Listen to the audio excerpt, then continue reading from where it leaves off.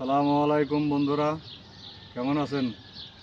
আপনাদের মাঝে সুন্দর একটা ভিডিও নিয়ে আসলাম, আপনাদেরকে কিছু দেখাবো।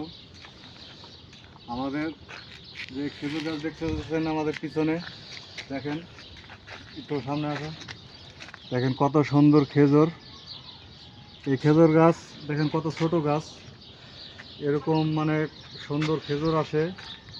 আর এই খেজুর গাছ আমার হাতের লাগাই না, আমি লাগাইছি। আমি লাগানোর পরে খেজুর গাছ বড় হয়েছে। আরও 1 বছর আগে তা খেজুর আসে।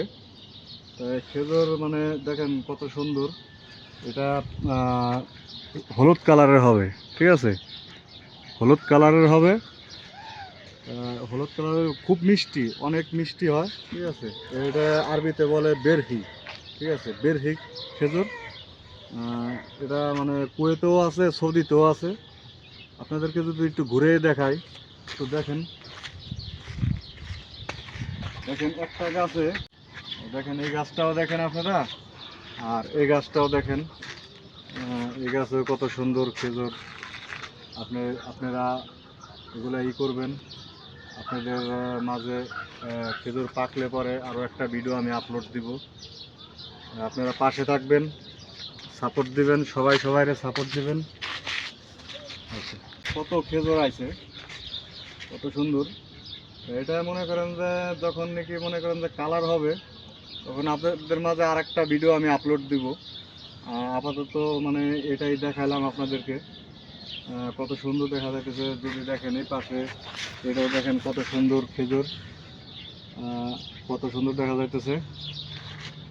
আপনাদের কেমন লাগতেছে আপনারা কমেন্টে জানাবেন। যদি পাশে আর একটা গাছ দেখায় আপনাদেরকে, মনে করা পারেন যে এক গাছেই সম্ভবত হয়েছে, দেখেন দেখতেছেন কত সুন্দর খেজুর।